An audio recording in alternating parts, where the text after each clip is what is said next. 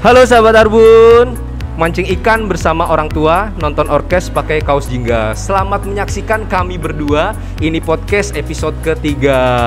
Yeay, udah episode ketiga aja nih. Udah episode ya, ketiga bagi ya? sahabat Arbun nih, ini udah episode ketiga. Yang belum nonton episode selanjutnya bisa tekan ya di atas ini ya, di kiri atas. Pada podcast kali ini saya ditemani nih sama dokter umum Rumah Sakit Harapan Bunda. Ya, kita akan membahas tentang cedera saat beraktivitas sehari-hari ya. Dokter Yulita Kesuma Pertiwi. Halo dokter. Hai sahabat Harbun. Halo sahabat Harbun, nih dokter Yulita Kesuma Pertiwi. Panggilnya siapa nih dok? Bisa manggil Yulita atau Uli aja. Dokter Uli ya, Iya. Dokter Uli. Dokter gimana kabarnya, sehat dok? Alhamdulillah sehat mas. Sehat ya. Mas Odik gimana, Saya sehat? sehat selalu dok. Alhamdulillah. Saya selalu sehat dok. Ini sahabat Harbun ya, yang sudah pernah ke Rumah Sakit Harapan Bunda pasti sudah pernah nih bertemu sama dokter Yulita. Apalagi udah pernah dirawat inap ya dok ya. Iya benar. Ini karena dokter Yulita sekarang lagi pakai masker, kita mungkin ada sahabat Harbun yang penasaran dokter Yulita tuh kayak mana sih sebenarnya ya. Kita tampilin nih foto dokter Yulita tanpa masker ya, tanpa masker N95 ataupun masker bongkoang kali ya. Atau masker lumpur ya. Ini dia ya, ini foto dokter Yulita. Nih ya dok, kita akan membahas tentang cedera akibat aktivitas sehari-hari ya. Apa sih dok cedera akibat aktivitas sehari-hari itu dok? Oke, cedera saat aktivitas sehari-hari itu biasanya kita kan banyak melakukan kegiatan nih mas sehari-hari. Kegiatan. Seperti bekerja ataupun memasak. Terus juga berolahraga. Ya pokoknya Itu semua aktivitas ya dok ya. Iya benar. Ketika kita beraktivitas itu terus menerus, kita kan suka tanpa sadar nih terluka. Bener, nggak sadar kita udah asik bekerja, makanya melakukan aktivitas kita nggak sadar ya. Benar, jadi nggak sadar terluka atau cedera sehingga membuat organ-organ tubuh kita mengeluarkan perdarahan ataupun cedera otot dan lain hal sebagainya. Oke, jadi semua aktivitas tuh sebenarnya punya resiko sebenarnya dok ya, Iya, punya benar resiko sekali. aktivitas. Bahkan tidur aja mungkin ada resikonya ya. Iya benar, Ya kan? bisa frozen shoulder ataupun kalau kita terlalu banyak otot yang tertekan pada saat tidur kan, itu menyebabkan otot-otot tidak baik atau spasme otot. Spasme itu otot. seperti ototnya tegang. Oh gitu, jadi tidur aja berarti mungkin kalau orang awam bilangnya ini ya dok, kayak salah bantal gitu. Iya benar Bener ya? sekali, kalau orang awam bilang salah bantal, padahal kalau kita di medis ngomongnya spasme atau tegang otot. Itu sebenarnya resiko juga ya. Resiko juga benar Iya ya. benar, resiko juga. Berarti Nah, bisa dikategoriin nggak sih dok kalau misalkan cedera aktivitas sehari-hari bisa dikategoriin nggak sih, misalkan yang berat atau dari yang berat sampai yang ringan gitu dok? Oke, cedera itu sebenarnya banyak ya macamnya. Tergantung dia kena organ yang mana dulu nih. Oh ya, organ yang mana? Jadi kalau kena pisau itu berarti perdarahannya nggak sampai kenain pembuluh besar atau pembuluh kecilnya yang kena sih masih nggak apa-apa kalau pembuluh kecilnya ya. Kalau pembuluh besarnya seperti arteri, vena yang kena sehingga terjadi perdarahan yang hebat, itu berarti sudah cedera sedang atau menuju berat. Sedang atau berat. Sehingga seharusnya kalau udah sampai seperti itu harus langsung segera ke IGD, Oh, ke IGD rumah dok ya? sakit. Kenapa? Karena butuh pelayanan yang lebih lanjut. Lebih lanjut, Ya, benar-benar. apakah perlu untuk ditangani lebih lanjutnya seperti hekting kah? Hekting itu Dijahit. ataupun repair ataupun penyambungan seperti itu. Oh ya benar. Gitu. Tadi kalau misalkan kita masak ya kan kadang nggak sengaja juga ya. Ada aja mungkin lagi masak luka. Mungkin kalau luka sedikit di pinggirnya nggak apa-apa kali ya dong ya bilang Iya, tadi ya. Tapi kalau benar. misalkan sampai kepotong gitu jarinya ya itu yang bahaya tadi yang perlu Iya dijahit benar. ya. Kalau sampai kepotong ataupun kena arteri besar sehingga menyebabkan perdarahan yang hebat, itu harus cepat-cepat segera dibawa ke IGD. Ke IGD. Namun nih Mas Odik, Iya, gimana, kita harus tahu nih antisipasi dari awal. Ketika itu terjadi, cepat ambil kasa. Ataupun kalau nggak ada kasa, kita bisa pakai kain bersih. Kain bersih. Kain bersih kita ambil, terus kita buat buletan, kita tekan. Oh gitu. Habis kita tekan sampai tidak ada perdarahan lagi, mungkin perdarahannya akan berkurang sampai sini. Tapi lebih baik dibalut. Lanjutnya kita ke rumah sakit. Oh gitu. Jadi Ke IGD pertolongan lebih tepatnya. utamanya gitu dok ya. Misalkan Ya. itu tapi kasus yang putus atau yang ini dok kalau tadi? Kasus yang berdarah aja atau yang sampai putus? Kalau berdarah aja ya, Iya. berdarah aja seperti itu, putus juga seperti itu. Putus juga seperti Lebih itu. cepat harus dibalut tekan. Oh gitu, biar apa ya? Biar darahnya nggak semakin banyak keluar kali ya? Iya benar. Jadi perdarahannya terhenti sejenak ataupun berkurang. Berkurang gitu. Kan ada kalau misalkan ngomongin yang berdarah tadi dok ya, yang kepotong atau mungkin ya. Kalau di luar sana kan mungkin ada ya. Kalau di luar sana pakai ini dok, apa ya? Pernah dengar gak dok? Pakai sarang laba-laba tuh dok, pernah dengar? Ya pernah dengar ya? Atau pakai daun apa gitu ya? Daun jambu atau apa ya? Yang buat kayak harus disumpel iya, gitu ya. Bener, kalau orang awam gitu mungkin.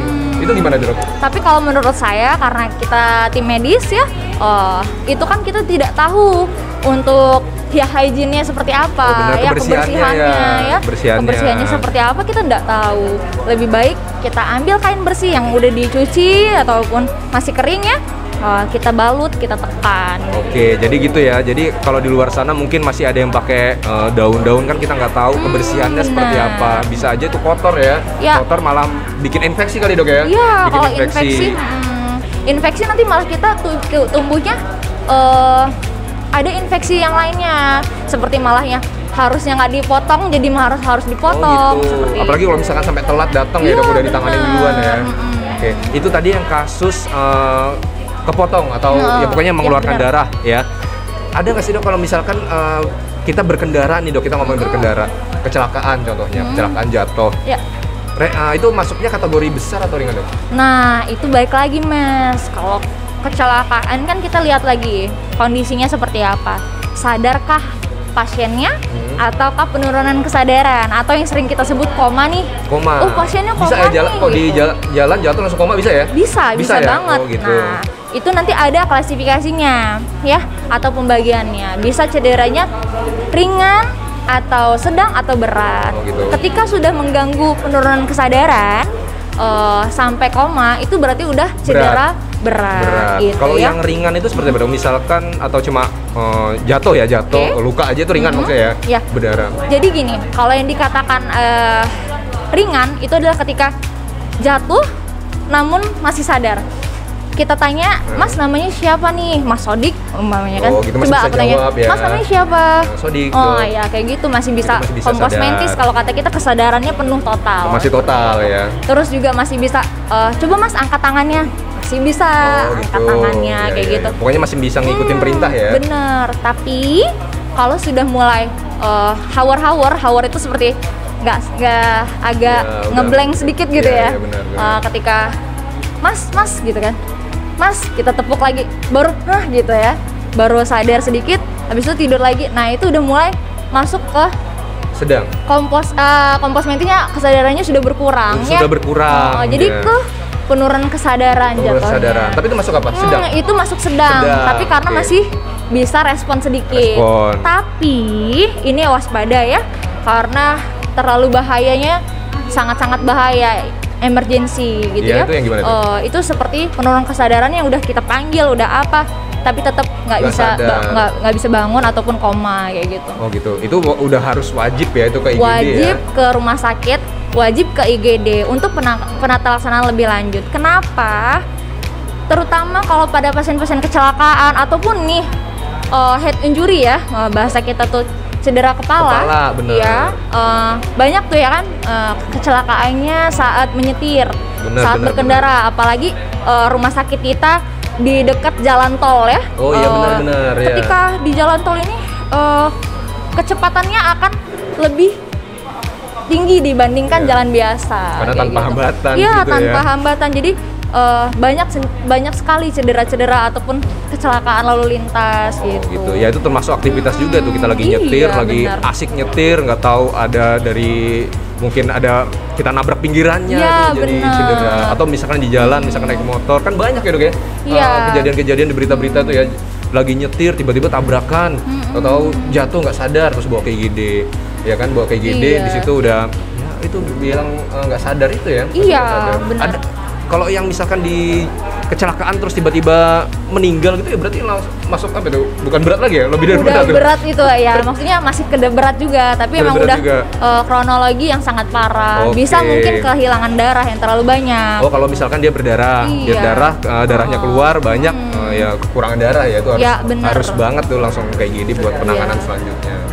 Tapi ini Mas Sodik, kita juga nggak bisa semata-mata karena cederanya ringan nih, masih sadar segala macem, kita ya polos-polos aja gitu ya, maksudnya di rumah aja gitu. Ya nggak bisa seperti itu juga, kita butuh evaluasi itu seperti 2 kali 24 jam. Evaluasi 2 kali 24 iya, jam? Bener. 2 kali 24 jam ngapain sih? Kita lihat nih, ada perdarahan hidung tidak? Ada mimisan? perdarahan, iya, mimisan, bener.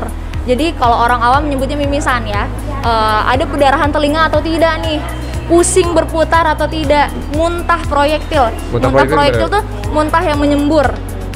Oh iya. Jadi ketika itu semua terjadi harus cepat-cepat ke IGD. Itu ya, dalam waktu 2 kali 24 jam? Ya benar sekali. Kalau emang tidak bisa ke IGD, kita bisa telepon. Ya kalau di rumah sakit IGD kita ya benar. Kalau di rumah sakit kita mungkin kita bisa jemput pasien ya ke sana gitu.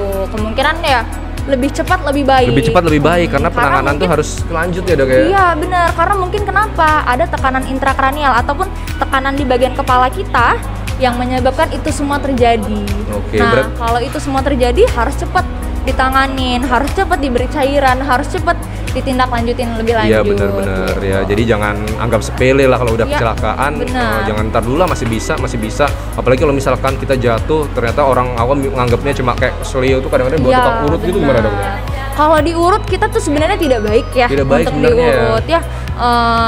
Kalau kita, menurut saya kalau kesleo itu sebenarnya kan otot yang terkilir ya. Otot yang otot yang tidak pada posisi semula gitu ya. Itu sebenarnya lebih baik kita kan bisa lihat lagi, kita istirahatkan ototnya ya, bisa kita kalau kita bahasa kita rise ya, pernah dengar nggak? Rise ya benar. Apa aja coba? Ya apa dok? Ya, pernah dengar doang dok? Ya istirahat, terus kita bisa kompres ice ya, bisa dingin, terus juga bisa dievaluasi ke atas gitu. Oke, sebenarnya itu ya dok ya. Balu tekan benar. Jadi kalau misalkan jatuh ternyata nggak luka kan bisa nggak tahu dalamnya otot ya, di dalam luarnya nggak luka, dalamnya kan bisa aja patah maupun kesleo. Kadang-kadang awam masih banyak yang ke dukun ya, dukun diurut-urut ya kan nggak dukun kan cuma mijit dari luar, dalamnya kan nggak tahu. Kalau di rumah sakit mungkin nanti bisa diperiksa lebih lanjut, jadi dalamnya ketahuan. Kalau patah ya mungkin bisa dioperasi langsung deh. Iya bener, karena kan kita kurang tahu nih mas, semua nih datang nih dengan kok benjol aja nih, benjol tuh kayak bengkak aja nih. Ternyata pas di ronsen patah. Gitu. Nah ini kadang kan suka salah persepsi ya, dimana benar. Lebih baik ke diurut aja nih. Iya benar. Diurut ataupun gitu disambung ya kan. Benar gitu. Itu sebenarnya salah. Kenapa sih? Karena infeksinya atau tumbuh tulangnya tidak akan baik. Kalau nggak sesuai dia nggak baik ya dok? Iya. Jadi tumbuh tulangnya nggak akan baik ke sesempurna awal ya. Lagi. Walaupun emang kita kalau dipasang pen atau untuk penyambungan tulang emang ada retak sedikit ataupun sambungannya tidak seperti utuh semula ya. Tapi itu akan lebih baik, jauh lebih baik karena kita ada pengobatan lainnya. Biasanya disebabkan kalau ada tulang yang patah, biasanya akan ada infeksi di sana. Jadi kalau dibiarkan begitu saja atau malah cuma dibawa ke ya apa sebutannya alternatif lah. Ya itu akan lebih bahaya sih. Lebih bahaya bener. Ya kadang-kadang mereka kan kalau bawa ke alternatif itu cuma diurut-urut doang, pegang-pegang, atau tiba-tiba ada yang pakai itu ya dok, pohon apa sih itu? Pohon randu apa itu ya? Pohon randu, coba itu benar salah. Ya mungkin kalau lagi pas kebetulan ya nggak apa-apa ya, tapi kalau misalkan sampai infeksi ya bahaya. Iya benar bahaya. Ada nggak sih dok kalau datang itu ternyata mereka udah ini dok, udah ibaratnya mereka udah coba kemana-mana nih, udah coba ke dukun-dukun tadi lah, ke alternatif lah, datang udah ditanganin, nah ternyata nggak berhasil, tapi mereka datangnya ke IGD itu ada? Wah itu banyak sekali malah gitu ya. Inilah yang paling kita sayangin, ketika udah semuanya udah kita keliling ya ibaratnya itu ya. Iya keliling semua dicobain lah ya. Iya benar. Giliran ke kita, tinggal emang udah jelek lukanya, itu sayang banget sih. Karena kenapa penanganan lebih awal itu lebih bagus ya? Karena penyambungan tulang yang secara baik itu dengan benar itu adalah secara dioperasi dan diberi dengan antibiotik yang lainnya dan diberi obat anti nyeri yang benar ya. Di sini kan selama ini hanya ditahan. Banyak kok pasien-pasien yang udah kemana-mana baru datang. Iya, itu sangat sayang banget karena kan efeknya banyak loh mas kalau dibawa keluar tuh, karena kalau dibawa ke alternatif itu bisa saja bentuknya tidak baik, bisa sampai menyebabkan penyakit-penyakit penyerta lainnya gitu. Iya benar sih dok. Itu sayang banget sih, aku selalu bilang sama pasien-pasienku gitu ya, kalau untuk lebih lanjutnya itu penanganannya ya yang paling bagus di rumah sakit gitu. Oke. Benar banyak banget kayak gitu kasus kayak gitu. Mereka udah nyoba ke dukun mana, katanya cocok nih dukun ini ya di alternatif ini cocok. Pada nyoba ternyata nggak berhasil, ujung-ujung ke IGD juga, ke rumah sakit juga. Padahal ya kalau misalkan apapun aktivitasnya kalau mengakibatkan cedera langsung aja ke rumah sakit, malah penanganan lebih pas, cepat pulang cepat sembuh ya dok ya. Iya, malah mungkin daripada dia keliling kemana-mana lebih save money nggak sih? Iya benar. Iya, nggak ngeluarin duit banyak, hemat waktu, hemat uang. Waktunya juga nggak kebuang gitu kan. Kalau misalkan nih dok, kan ada juga contohnya kayak orang diabetes contohnya. Diabetes kan luka nih, luka. Kalau di ini aktivitas bukan ya maksudnya ya. Jadi ada ya, luka dia. Jadi karena ngomongin luka aja jadi penasaran nih dok. Kalau diabetes kan luka nih kebanyakan ada. Kalau orang awam tuh nyebutnya kadang-kadang ada yang diabetes basah, ada diabetes kering. Nah kalau yang luka itu luka basah kadang-kadang kan mereka ya udahlah cuma basah, cuma dibalut-balut aja. Kalau di awam itu sebenarnya gimana sih dok? Ini penasaran ya karena ngomongin luka. Sebaiknya itu kan perlu kontrol yang lebih lanjut ya kan. Ketika luka itu basah, itu akan banyak bakteri ataupun virus yang akan menghinggapi di situ. Kenapa? Karena basah, bersarang. Dengan dia kencing manis itu akan sukar sembuh. Nah, kalau sudah ada luka seperti itu bisa kita bersihkan. Bersihnya kan tidak boleh sembarangan. Ya harus pertamanya pasti ke IGD. Terus lanjutnya ke dokter spesialis ya. Biasanya siapa dok? Dokter spesialis bedah ya. Bedah ya, karena lukanya bedah, tapi kalau diabetesnya penyakit dalam ya. Iya benar. Jadi nanti akan dua dokter gitu.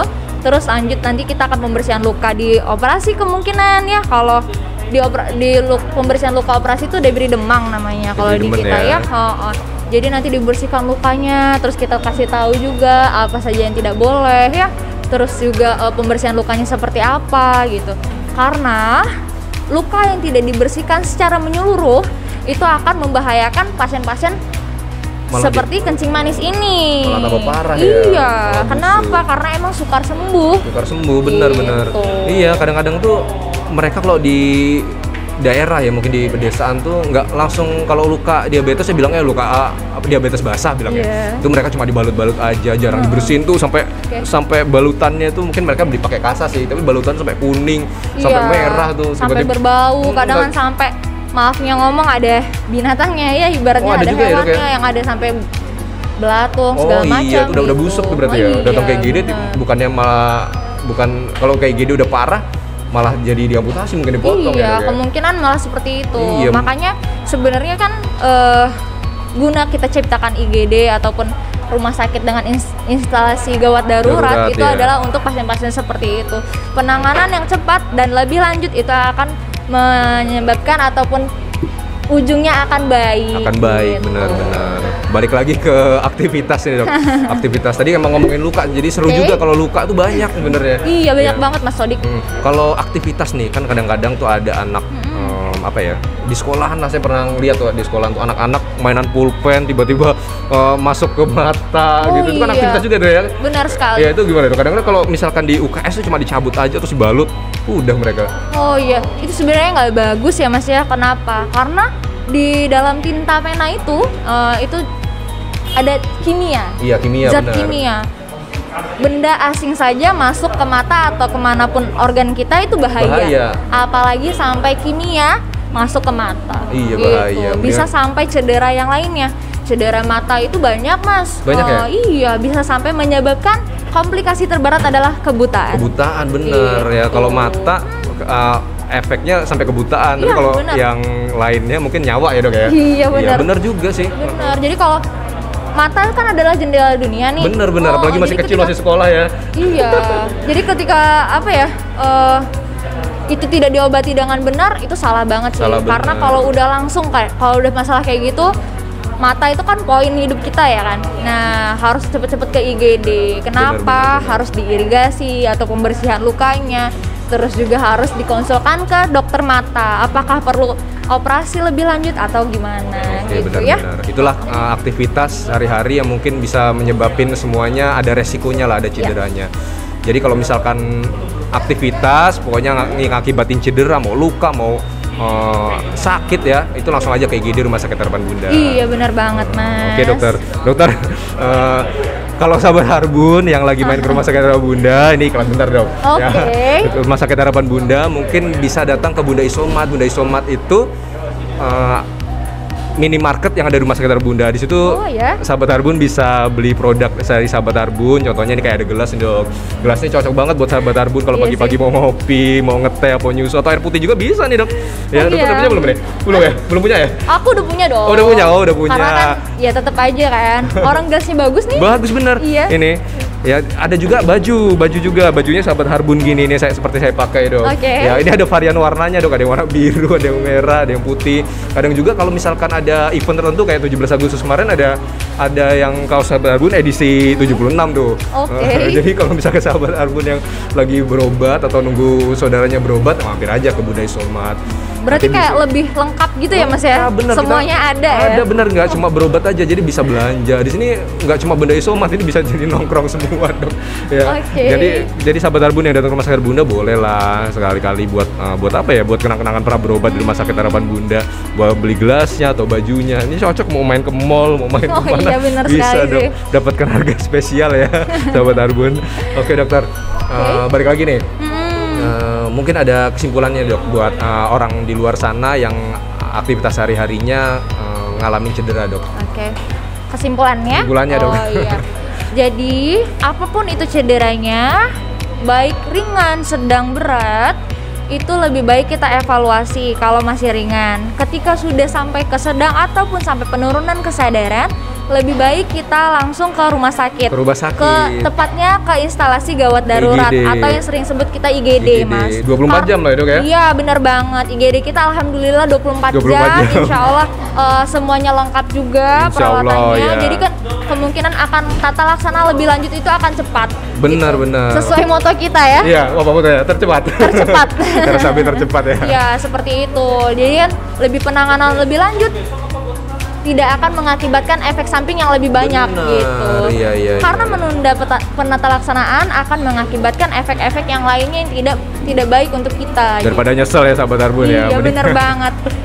Karena ya waktu itu adalah segalanya. Ketika udah lewat batas waktunya itu ya malah akan membahayakan. Iya, sehat itu mahal sahabat Harbun. Ya, benar sekali. Oke dokter, tadi kita udah banyak nih ngomong-ngomong tentang ya apa ya aktivitas, ngomongin luka-luka tadi seru banget ada yang di luar konten juga mungkin luka-luka seru banget karena emang aktivitas kita setiap hari banyak ya. Tidur aja aktivitas, mau jalan juga aktivitas, bekerja aktivitas, semua aktivitas. Ya dokter, mungkin itu dokter. Tapi ada yang penasaran dok. Ya, kenapa tuh? Ini udah selesai, udah kesimpulan sahabat Harbun. Ada yang penasaran nih dok tentang profil dokter. Oh, profil saya. Dokter Yulita udah berapa lama sih dok di Rumah Sakit Harapan Bunda dok? Oke, kalau saya sih hampir mau 2 tahun ini ya. Hampir mau 2 tahun, udah lama banget ya dok ya? Iya, hampir 2 tahun. Alhamdulillah, timnya juga senang ya, timnya asik. Asik ya. Jadi lebih cepat penanganannya, lebih enak, kompak lebih ramah, kompak ya lebih tepatnya sih seperti itu. Jadi itulah yang ngebuat saya betah di sini. Bener-bener. Banyak yang request emang dokter Uli dong narasumbernya. Makanya hari ini kita udah kedatangan dokter Uli nih buat sahabat Harbun yang kemarin request sama dokter Uli ya narasumbernya. Oke. Mungkin ya sahabat Harbun yang mau kepo-kepo lagi tentang dokter Uli ya bisa dok sebutin Instagramnya, nanti kita tampilin di bawah sini ya dok. Harus dok, nanti ada yang mau DM dok, gimana kabarnya dok? Ya boleh lebih tanya lebih lanjut sama saya juga boleh. Boleh tuh, nanti langsung dijawab ya dok. Di fallback ya dok. Oh iya bisa. Di mana dok Instagramnya dok? Apa dok? Oke, nanti di sini bisa. Di sini ya Instagramnya ya. Yulita Kusuma ya. Yulita Kusuma ya, jangan lupa di follow, nanti langsung di fallback DM. Halo dok, nanti langsung dibalas. Gitu sahabat Harbun. Nanti saya follow juga di fallback ya dok. Ya boleh. Nanti kalau seputar kesehatan insya Allah akan saya bahas. Iya benar. Ya nanyanya tentang seputar kesehatan pastinya ya. Yang tadi belum banyak yang belum dijawab, mungkin bisa dijawab lewat DM tersebut. Boleh. Jangan lupa Instagram juga saya juga nih. Di sini ya. Tetap ya Mas Odik ya. Tetap dong. Oke, mungkin itu dokter. Terima kasih dokter ya waktunya hari ini sudah berpartisipasi gabung di podcast Terima kasih Sahabat juga Harbun, undangannya Mas Odik. Baik dokter, nanti siapa tahu di lain waktu kalau ada yang request lagi bisa ngobrol-ngobrol bareng lagi, ngobrol santai gitu ya. Oke, buat sahabat Harbun yang sedang nonton podcast ini, jangan lupa tetap follow sosial media kita ya. Dia ada di bawah ini sahabat Harbun ya. Jalan-jalan ke Kota Tua sambil memakai baju kebaya. Sampai jumpa lagi bersama saya di podcast episode selanjutnya. Dadah sahabat Harbun.